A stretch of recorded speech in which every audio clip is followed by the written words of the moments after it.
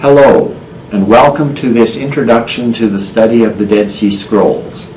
The occasion for this presentation is to provide some background for persons who are interested in seeing the exhibit of the Dead Sea Scrolls that opened at the Cincinnati Museum Center on November 16th.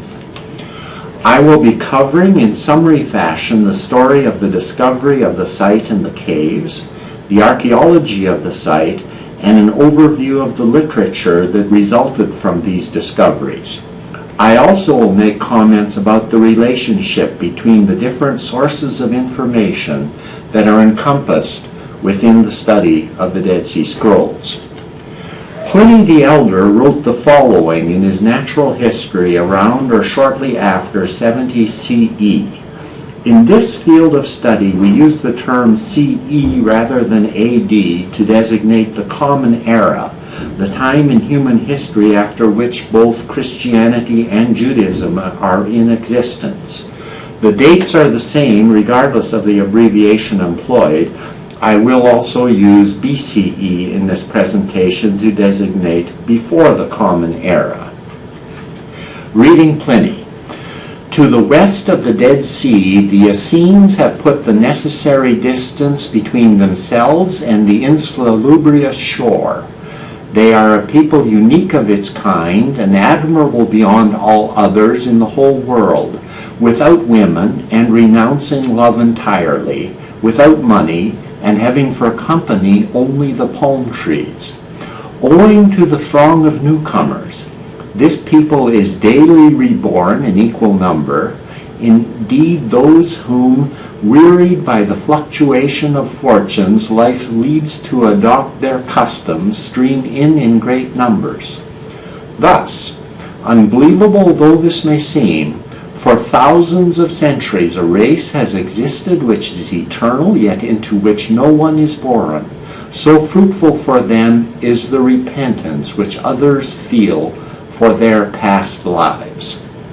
So far Pliny. While elements in this description are idealized and unrealistic, it is this reference which permitted those first scholars encountering the materials in the scrolls to make a concrete identification with a specific geographical area.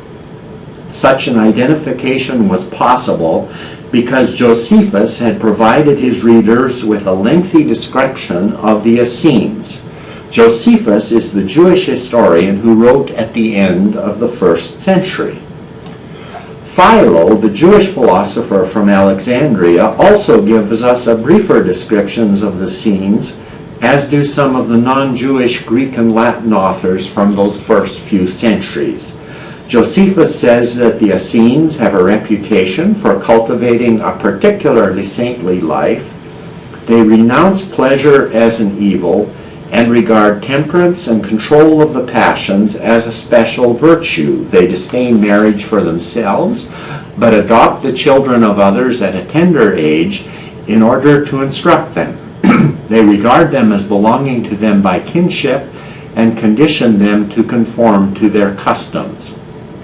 It is not that they abolish marriage or the propagation of the species resulting from it, but they are on their guard against the licentiousness of women and are convinced that none of them is faithful to one man. End of Josephus. The gender wars seem to have a long history.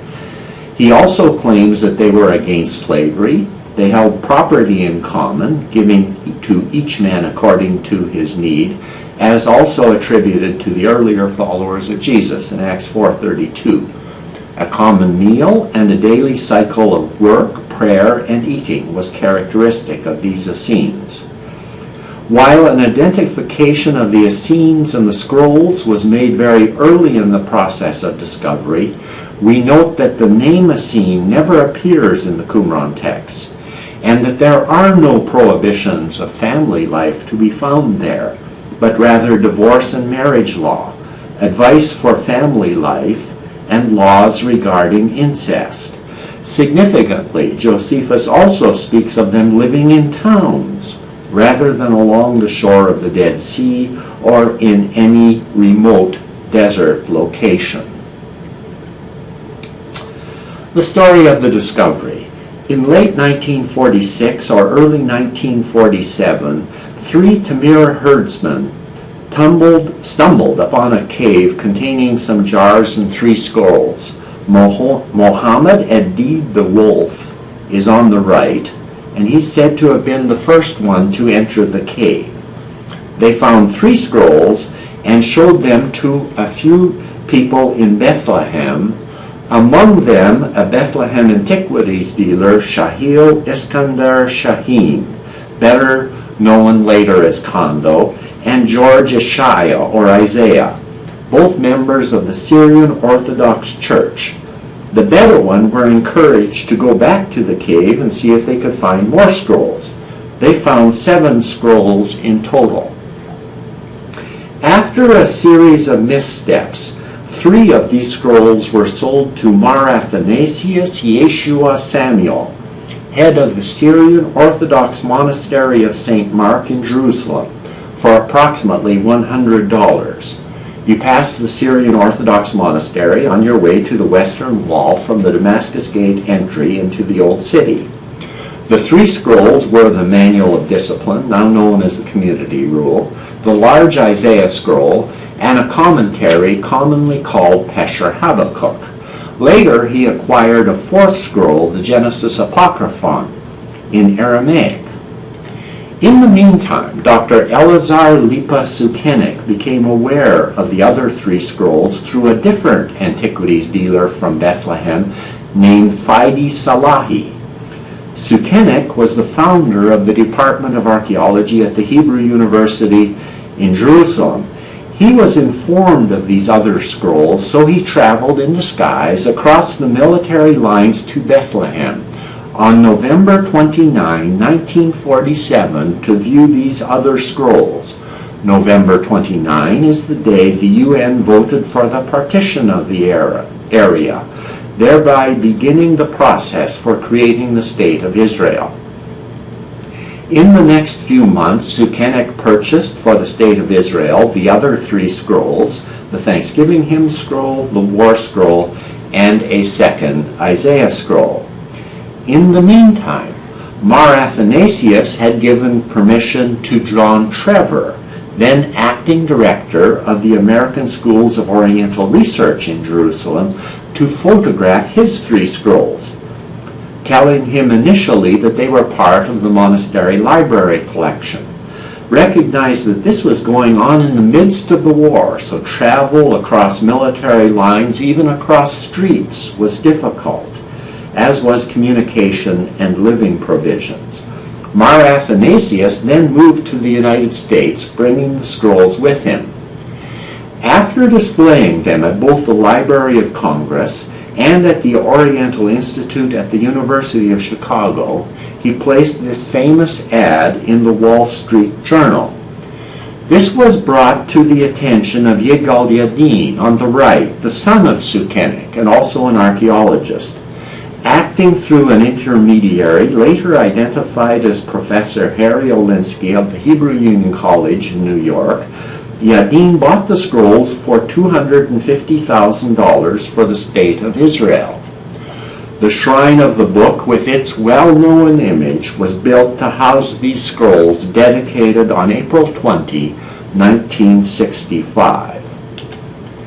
The cave in which the Bedouin said these scrolls were found was eventually designated as Cave 1 by the archaeologists. It was near the top of the hills leading out into the desert above and about a half-mile north of the site of Qumran. Qumran itself is found at the northwest corner of the Dead Sea. In the partition of the land, creating the State of Israel in 1947, that area was designated as part of the territory of Jordan. Hence, archaeological work was under the jurisdiction of the Department of Antiquities of Jordan. As knowledge of the discovery of the scrolls became more widespread, it came to the attention of the Department of Antiquities and the archaeologists. Father Roland DeVoe on the left, a Dominican priest, an archaeologist, and director of the École Biblique in East Jerusalem, and Lancaster Harding on the right, curator, and later director of the Jordanian Department of Antiquities, were authorized to excavate Cave 1 and carried out the work in 1949. They found additional fragments of scrolls, scroll jars, and other pottery. After initial reluctance to excavate the site of Qumran because they did not see any evidence of connection to the scrolls that they had found, they did gradually change their mind and begin work on it in 1951. What they found was evidence of habitation from the pre-exilic period until after the Roman destruction of the temple. From the first phase, they found pottery from the earlier Israelite period and a jar handle with the inscription Lamelech, to or for the king, dating it to this period prior to the destruction of the Solomonic temple. The most significant archaeological evidence from this period was a large round cistern located in the center of the western portion of the site. When we summarize DeVoe's understanding of the development of the site, we see a small settlement occupying the space of the original Israelite settlement early in the Hasmonean period. That's period 1A. The Hasmoneans are the successors of Judah Maccabee, who reclaimed the Jerusalem temple from the Greek occupation under Antiochus IV, an event related in the popular story of Hanukkah. The first mention of the Jewish sects, such as the Pharisees, Sadducees, and Essenes by Josephus, is shortly after Jonathan, the brother of Judah Maccabee, becomes high priest.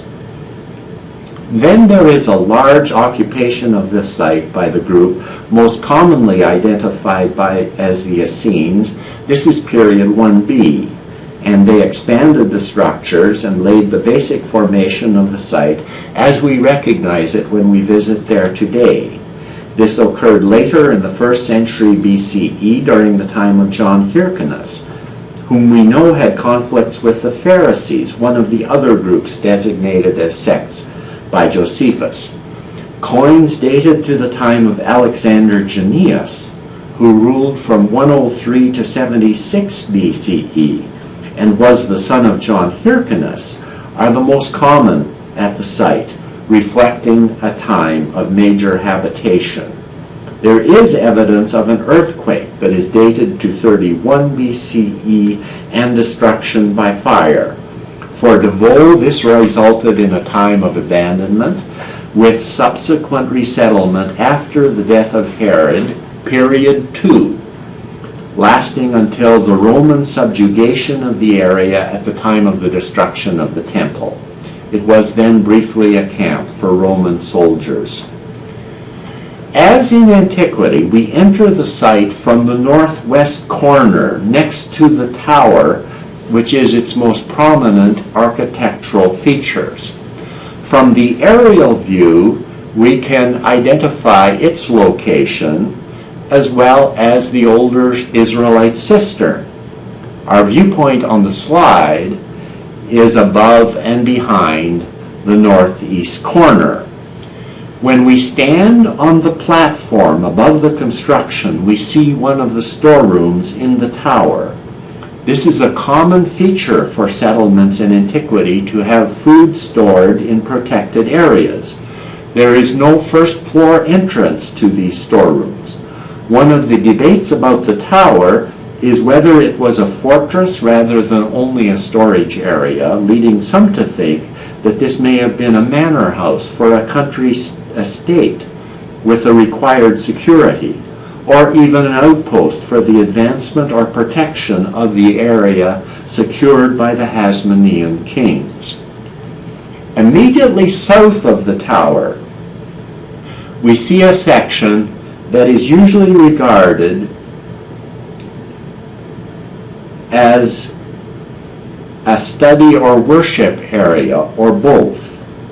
In the middle, we see a room that has an opening on the left side that would permit items to be passed back and forth between it and another room to the south. This southern room, now seen as two, with a dividing wall from phase 2 in DeVoe, would originally have been one large room. Whether this opening was for the passing of scrolls, food or drink, or anything else, we don't know. On the northern side of this room is a niche whose purpose we also do not know. Whether it contained water related to purity rites or some entirely different function, all is possible. In this picture, you see my wife Carol assisting me as I photograph the site. Significant is the bench that surrounds the middle room that could have served a purpose for either prayer, study, or communal assembly.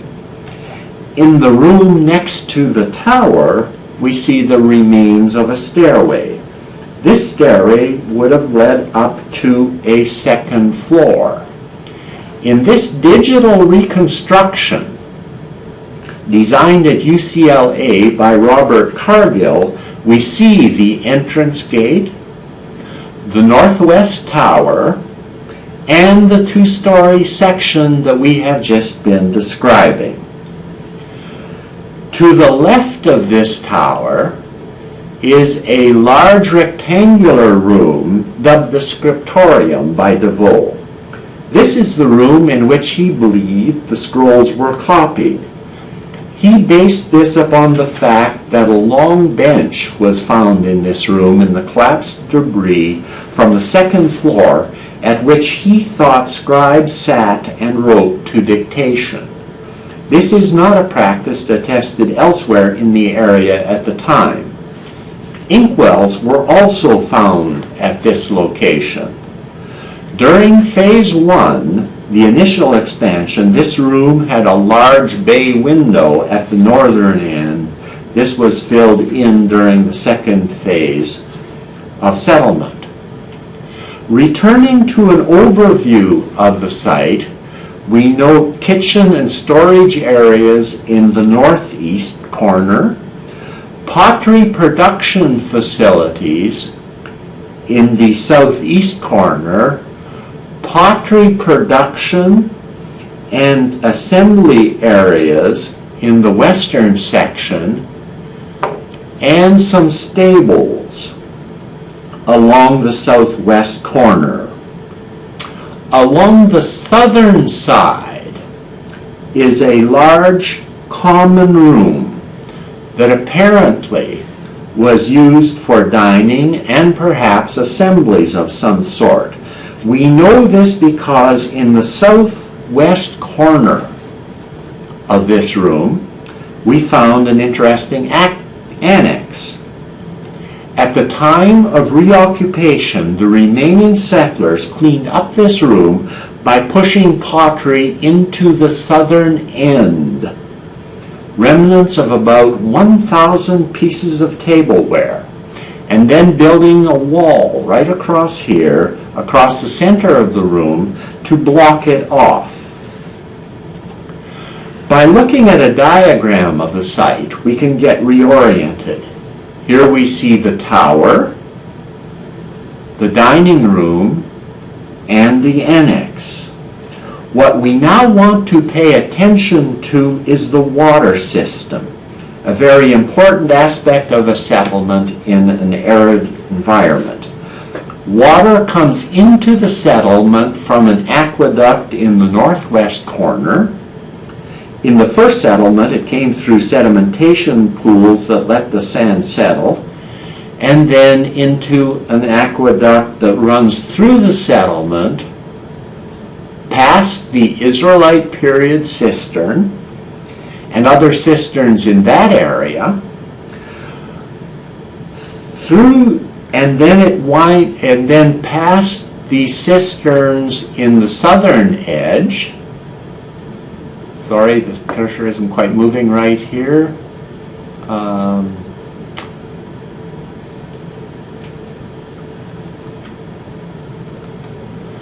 To repeat, the aqueduct comes from the Israelite cistern and then into the settlement, through the site, past these large cisterns here, and then winds up in two large cisterns in the southeast and the southwest corner of the settlement.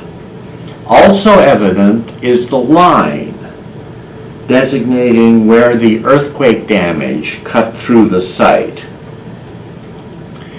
Here we see the large cistern that is immediately north of the dining hall and the aqueduct running alongside it. There's the aqueduct. We note the wall in this cistern indicating that it was divided in half at some point, and we see some ridges in the bottom right-hand corner. These would appear to have served the purpose of separating the impure who are going down into the mikvah, the ritual bath, from those coming out already made pure, so that they did not touch one another. This is a potential problem in larger communal mikvahot designed to accommodate larger numbers of people. On the eastern side, we see one of the mikvahot that was abandoned after the earthquake and destruction. The earthquake damage here is apparent, as are the ridges for purity designation purposes. The cistern in the southeast corner was filled with silt or sand. Yitzhar Hirschfeld, an archaeologist at the Hebrew University in Jerusalem, excavated this and thought this was an intentional structure built to collect the sand to use for pottery production. We do not know of another instance where this method was employed to collect the sand used for making pottery. Here we see the deep large cistern in the southwest corner, pottery kilns in the southeast corner of the site, the aqueduct around the Israelite period cistern, and a large stepped pool in the northwest corner associated with the sedimentation areas. Here we see the aqueduct running into the site from the northwest corner. Now, if we turn around, we see that the water comes to the site from this aqueduct in the hills beyond. It winds around the hills, goes through a tunnel through the hill, and comes out on the other side. The tunnel is large enough to comfortably crawl through. The water comes from the plain above into the wadi, or ravine, is collected in a pool that appears to have had a small dam in antiquity, and then descends into the channel that feeds the aqueduct through the mountain. Returning to the site, we see its eastern wall. Beyond this wall, to the east of the site, is a cemetery with 3 fingers or extensions that contain between 1,100 and 1,200 graves. They have a north-south orientation. The majority of those excavated were male. With that brief overview, I want to note that there are various divergent interpretations of this data. However, we must note that all of DeVoe's field notes and all of the material from the site have never been fully published. So archaeologists today are limited in how they assess his conclusions. The archaeologist who has advanced the most well-known critique while accepting much of DeVoe's viewpoint is Jody Magnus from the University of North Carolina. She disagrees on chronology while accepting the basic premise that the site is related to the Essenes and to the provisions of a sectarian lifestyle outlined in some of the scrolls. However, she does not see a gradual growth of the site, but rather one major expansion at the time of a sectarian occupation by an Essene group around 1000 BCE. This major expansion is dated about 30 to 50 years later than DeVoe. This group did not leave the site after the earthquake, but the evidence of the fire suggests a brief period of abandonment and subsequent rebuilding. It also appears to have been used by Roman soldiers during the Second Jewish Revolt, the Bar Kokhba War of 132 to 135 CE.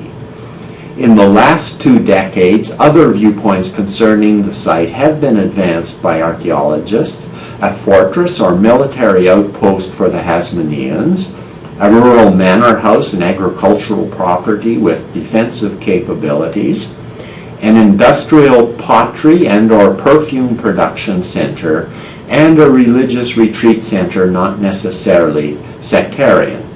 Some have also argued that the scrolls were not connected to the site, but rather were stored there at the time of the war with Rome. By 1956, 11 caves had been explored with written materials from almost all of them. You can see that they are distributed over approximately a 1.5 mile area in relationship to the site itself. The 2 northern caves are the other sources of actual scrolls. The copper scroll was found in Cave 3, now collapsed, and 3 other scrolls from Cave 11, the Temple Scroll, the Psalm Scroll, and the Job Targum in Aramaic. It was the largest of the caves to be found. There are 2 types of caves. Those in the hills behind the site, caves 1 to 3 and 11, are natural caves found in the hills. The stone of the area is dolomite, slightly softer than granite. The other caves, caves 4 to 10, are immediately behind the site. In the sides of the terrace, below the plateau on which Qumran is located. These caves are hollowed out of a soft stone referred to as marl. This is so soft that it becomes powder when you pick up a handful of it. The most significant is Cave 4. As you saw, it is a short walking distance from the settlement and could have been used on a daily basis by persons at the site. It is now 2 caves, but could have been one in antiquity. The access from the plateau at the top is a modern entrance created by archaeologists for their work. It would have been accessed from the side of the wadi in antiquity.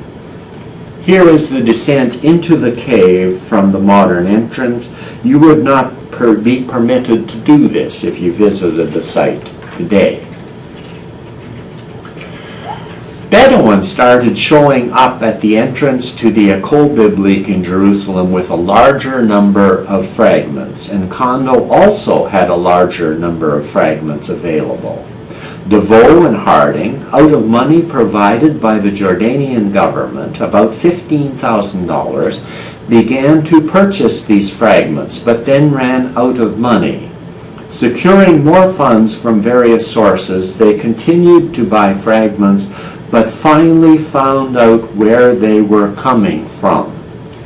This large cache of scrolls was coming from Cave 4. They excavated it in 1952, finding even more fragments. Estimates vary, often the number 80,000 to 100,000 fragments in total are mentioned. This is the collection that stands at the heart of a good deal of Dead Sea Scrolls research today. These fragments were housed at the Palestinian Archaeological Museum in East Jerusalem. Recognize that East Jerusalem also was within the territory of Jordan after 1947, hence the fragments also were under the jurisdiction of the Department of Antiquities. Under the leadership of Roland DeVoe, an international team of Christian scholars was assembled to sort, catalog, and begin to cipher this massive amount of material.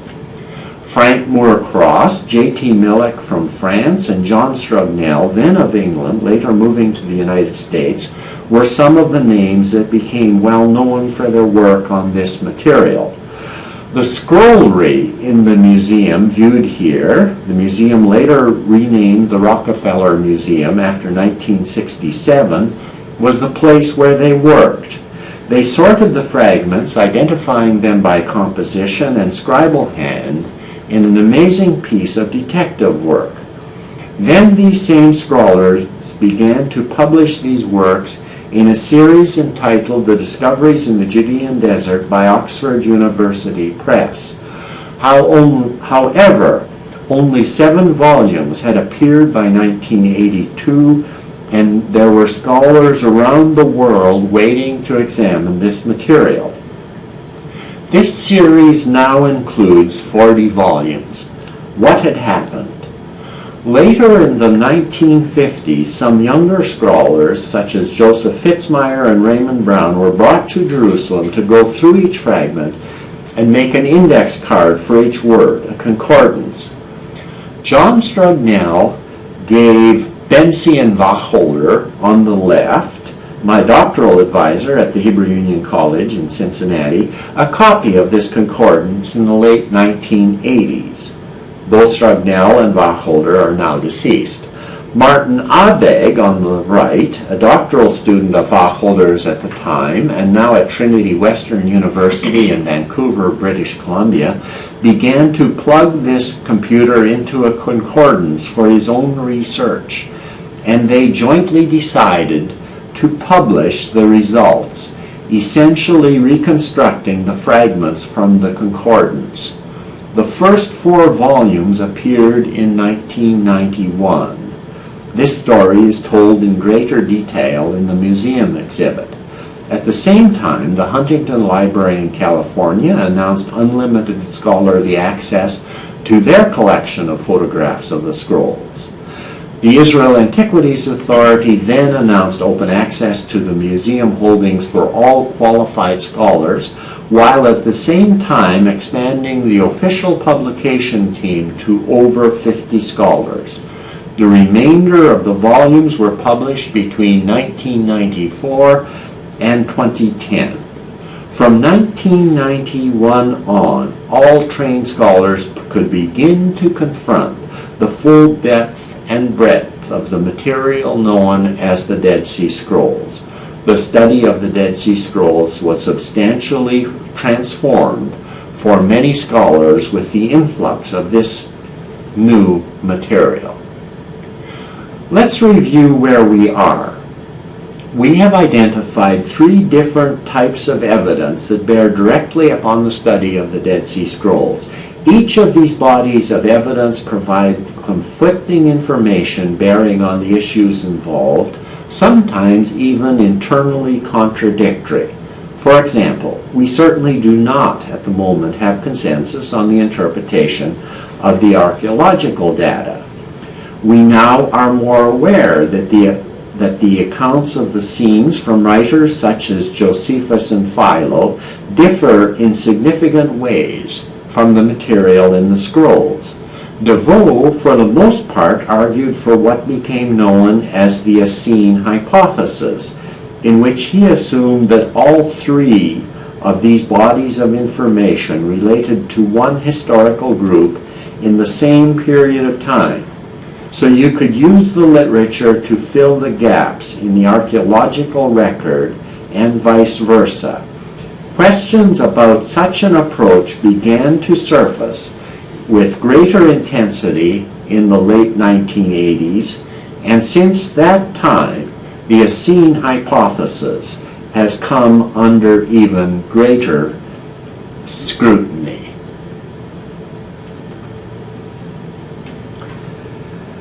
When we talk about the Dead Sea Scrolls, we are actually referring to a much broader collection of material than that which comes from the 11 caves situated close to the site of Qumran. During the 1950s and 1960s, in both the Jordanian and Israeli territories along the Dead Sea, they found more materials, usually after the Bedouin had found them, that knew the area so intimately.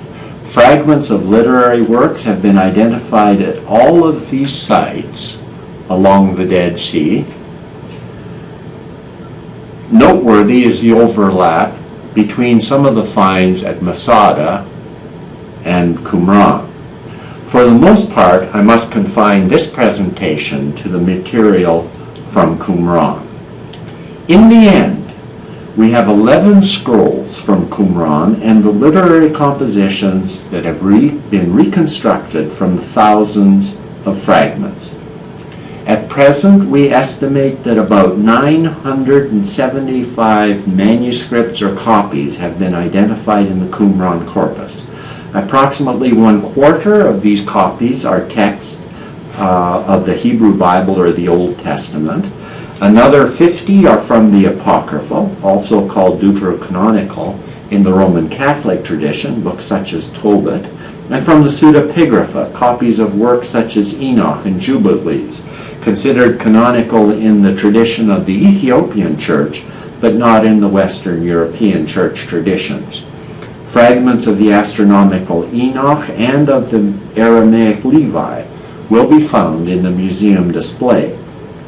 The remainder, approximately 720 manuscripts, are of works that were unknown to the modern world prior to the discovery of the Dead Sea Scrolls.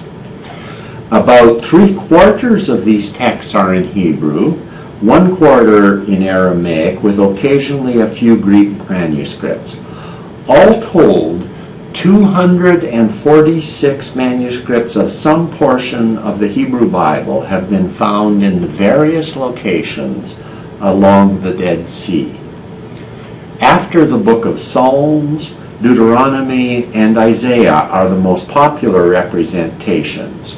Remember that there was no Bible in antiquity in which all the writings were assembled into one volume. All we have are scrolls of individual books, very occasionally 2 or 3 books on a scroll. We note that fragments continue to be purchased on the market. These are all presently in the process of publication. Azusa Pacific University and Southwestern Baptist Theological Seminary have both purchased fragments of biblical books. A private collector in Norway has purchased a total of 115 fragments from 26 different literary compositions. We turn briefly to the biblical manuscripts. Prior to the discovery of the Dead Sea Scrolls, there were 3 families of texts that were evident to scholars when they looked at manuscripts of the Hebrew Bible or Old Testament. The Masoretic text, which is used in the traditional texts of the Jewish community, the Samaritan Bible, that included only the Pentateuch, and the Septuagint, the Greek translation that gives evidence of older Hebrew texts from which its manuscripts were translated. Biblical scholars debated which text represented the older and hence the more authentic biblical texts. In the museum exhibit, you will see a fragment of 4Q Samuel A that reflects more readings that agree with the texts of the Septuagint, the Greek translation, than the Masoretic text. The oldest text of Samuel in the collection is from around 250 BCE.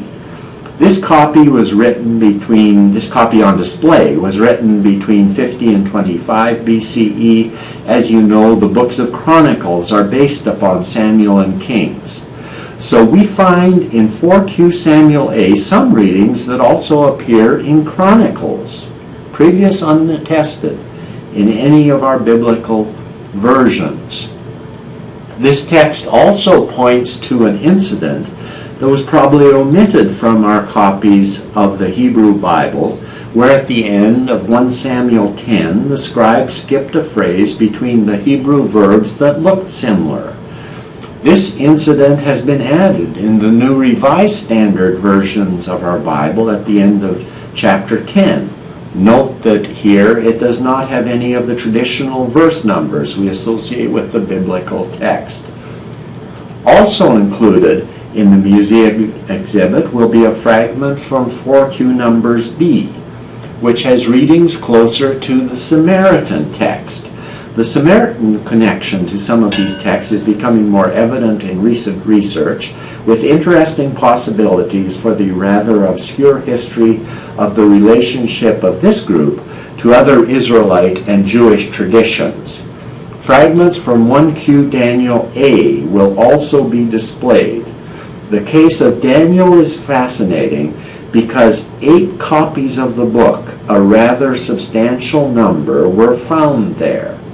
The oldest copy comes from around 125 BCE. This is only 40 years after the date we assume for the final composition of the book, in 165 to 164 BCE. This is a remarkable process of development for a biblical book. Other texts related to Daniel, but not previously known, such as the Prayer of Nabonidus, are also present. You may also know that the book of Daniel, as found in the Hebrew Bible, is composed partly in Aramaic and partly in Hebrew. The transition to Aramaic in the text and then back to Hebrew is the same in the Qumran text as in our other versions of the Hebrew Bible that come from the later time period. For preservation purposes, the Israel Antiquities Authority will change the fragments on display halfway through the 6-month run. In both displays, you will see portions of the Psalm scroll. This is an important scroll because it tells us something different about our biblical texts. Here we see a different order for the Psalms, as well as the inclusion of Psalms previously known only from other texts, such as the Syriac version of the Bible, as well as some Psalms not known to us at all beforehand. In general, the version of the Psalms appear to follow our versions of the Bible through Psalm 89, then start to diverge with the next section of that biblical book. So far for a romp through the biblical texts. Now for this vast collection of 720 manuscripts of non-biblical texts.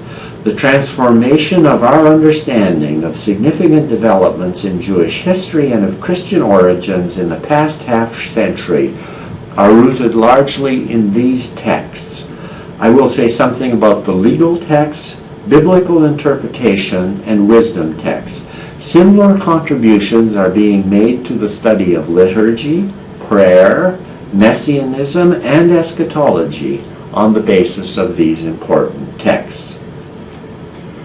There seems to be 2 types of legal texts that are related but somewhat different. The direct connection with the biblical law codes is more apparent with the first type, the works of the law, one of which is the Temple Scroll. This is the longest intact scroll that has emerged from the Qumran finds, about 28 feet long, probably about 30 feet originally. Only the first column is entirely missing.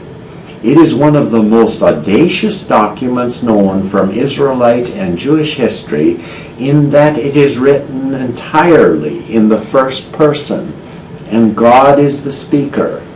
In this scroll, God is talking directly to Moses and by implication to all of Israel. There is no book in the Bible which constitutes a continuous address from God. Ascribing such speech directly to God on a sustained basis demonstrates a level of chutzpah previously unknown in Jewish texts. This is the manner in which the composition justifies and mandates new law. For example, remember that biblical law has no injunctions against polygamy. In this case, by changing the meaning of the text in Leviticus 18:18 at the bottom of the slide, which prohibits a man from also marrying the sister of his wife in a polygamous relationship, the Temple Scroll extends that biblical law to include an injunction against polygamy and possibly divorce. What's the justification? Well, God says so. Another document in this category is something called 4QMMT, Some of the Works of Torah. It is a list of prescriptions of a ritual and personal nature in which the composition argues that we have determined the following things. In this legislation, historians get excited when they read that a liquid stream does not protect a pure vessel from an impure one. In other words, if I pour a liquid from a pitcher into an impure container, the pitcher becomes impure because the liquid makes the connection between the container and the pitcher. Scholars of ancient Jewish history know that in the Mishnah, the composition upon which the Talmud is based, this was recorded as a dispute between the Sadducees and the Pharisees. A question of Jewish law recorded in the Mishnah, a document from 200 CE, now has been demonstrated to have been an issue at least 350 years earlier, and the viewpoint is attributed to the Sadducees, a group that Josephus, the Jewish historian, associates with the high priest. Fascinating developments.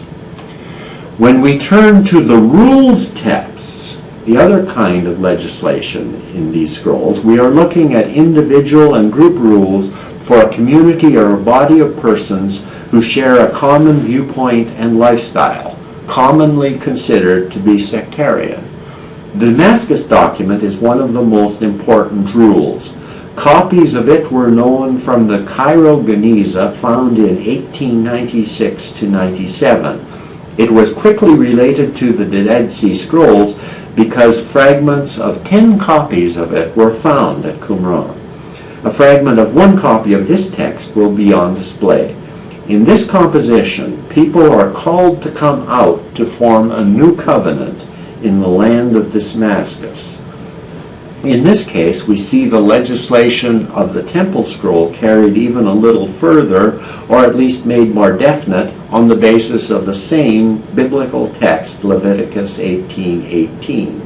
Here they commit fornication, violate the laws of conduct by taking 2 wives in their lifetime. Scholars debate whether this may even prohibit remarriage after divorce, similar to some interpretations of Matthew 5:32 and 19:9. On the next folio of this text, we find an injunction against the marriage of the uncle and niece, while biblical legislation only prohibits the marriage of the aunt and the nephew. This seems to be based on an argument for gender equality. Who would have thought? The history of such legislation noted in these different texts from the Qumran corpus is significant for the study of Christian origins and for the development of Jewish halakha. The community rule outlines legislation for a group. The Hebrew word yachad, most commonly translated as community, is the central term for this composition. It outlines prescriptions for a communitarian way of life, similar in some ways to the description of the Essenes in Josephus. 13 copies of this composition are found in the Qumran corpus, and a fragment of one of these copies will also be on display. The dualistic nature of this document is readily apparent. Looking at the text, you reread, "He created humankind to rule over the world, appointing for them 2 spirits in which to walk until the time ordained for his visitation. These are the spirits of truth and falsehood. Upright character and fate originate with the habitation of light, perverse with the fountain of darkness.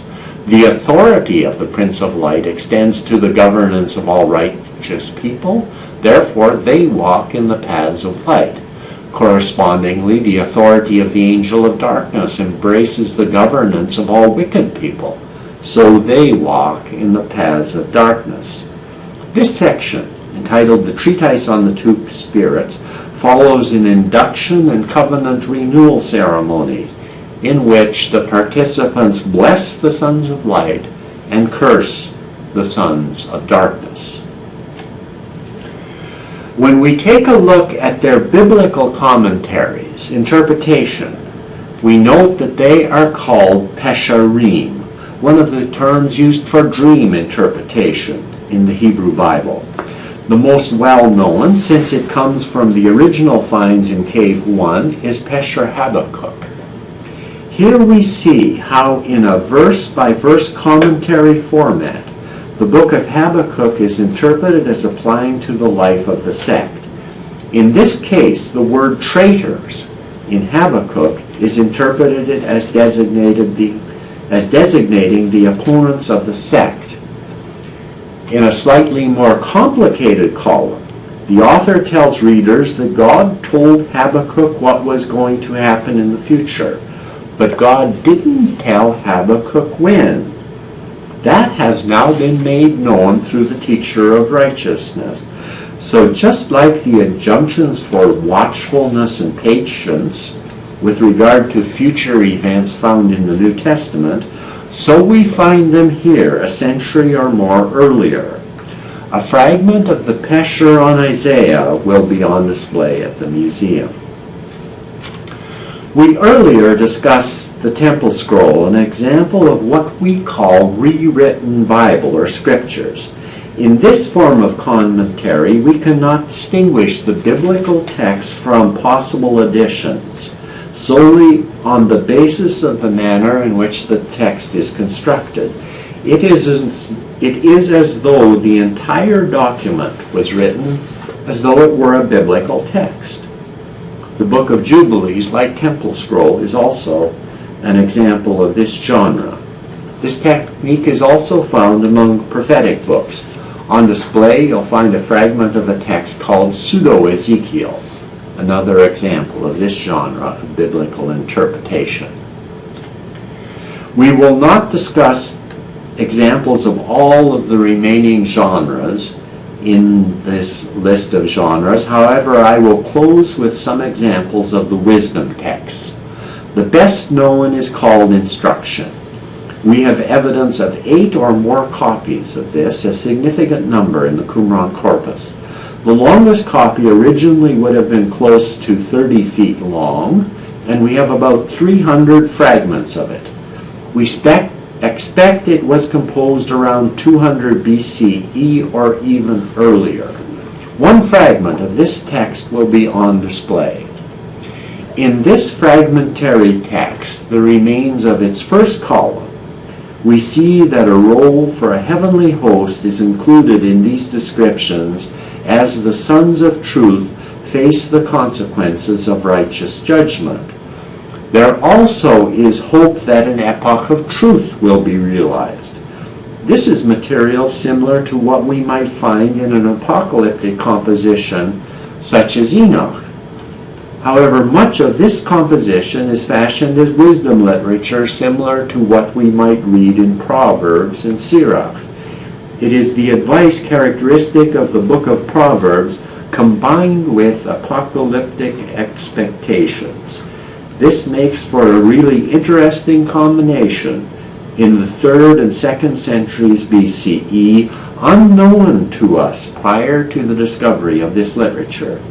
In this column, we see a lot of advice about how to behave when you are poor, and warnings concerning the consequences of debt. Advice for marriage is also found in one section of Instruction.